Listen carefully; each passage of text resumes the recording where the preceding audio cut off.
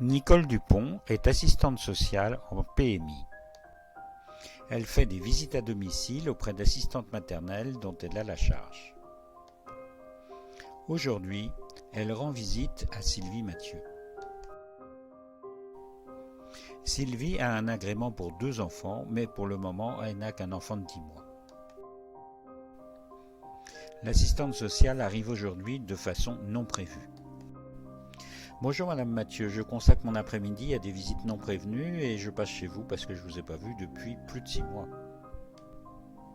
Oui, ça tombe vraiment mal, hein. L'enfant est grognon aujourd'hui, il est très enrhumé et je viens juste d'arriver à l'endormir.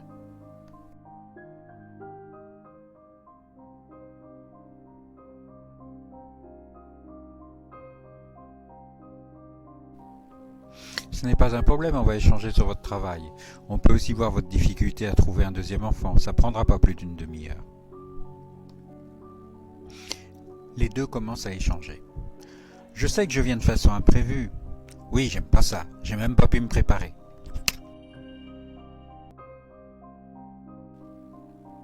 Je sais que je prends le risque de ne pas pouvoir voir l'enfant, mais comme c'est la première fois que vous êtes au chômage partiel, c'est bien aussi qu'on ait un temps pour en parler toutes ces deux.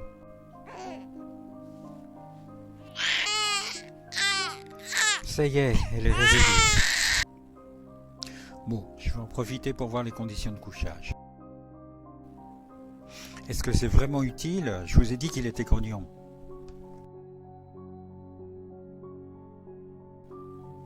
On en avait parlé, le lit parapluie, c'est pas adapté.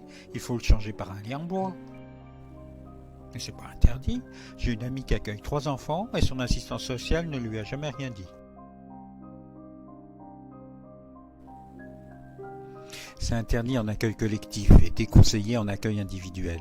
Mais pourquoi c'est déconseillé? C'est interdit en crèche familiale, il y a bien une raison. Il y a des risques d'accident. En plus, vous avez rajouté un matelas. L'enfant risque de se coincer dessous. Il faut uniquement le matelas vendu avec le lit. J'ai rajouté un matelas, c'est parce que les parents le demandent.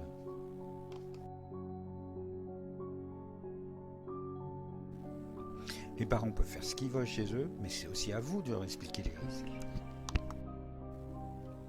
Oui, mais bon, si j'enlève le matelas, il n'y a pas de risque. Bon, et puis enfin tout ça c'est une mode, c'est comme coucher les enfants sur le dos ou sur le ventre, ça n'arrête pas de changer.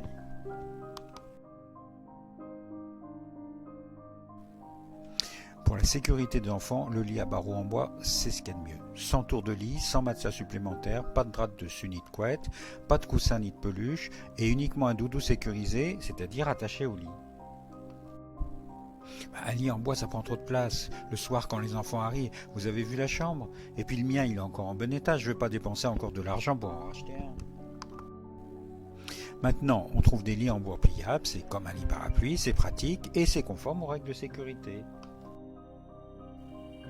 Bon, je vais en parler avec mon mari pour le budget. Oui, enfin, je vous rappelle que ça rentre dans l'indemnité d'entretien.